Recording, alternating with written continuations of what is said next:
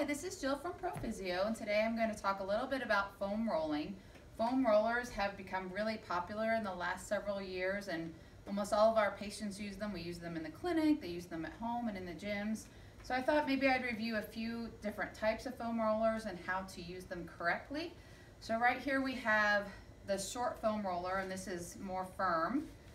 We have one that's bumpy that we sell. And then the longer foam rollers, which I actually prefer because you can use them for a lot of different things. This pink one here is going to be softer, so it's not going to hurt as much when you're first getting started. You can see you can push in and get a pretty good indentation versus something like the green one here. You're not going to be able to get as much of an indentation there. So why do we foam roll? The reason why we foam roll is because it really helps to get blood flow going. There's something in our body called fascia. The fascia covers everything from bones to nerves to tendons, ligaments, and muscles.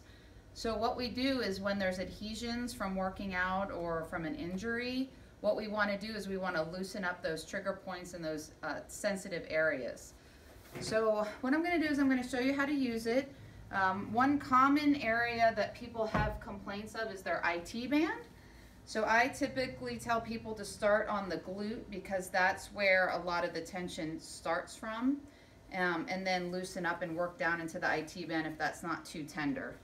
So you're going to come down on the foam roller, support yourself with your arms.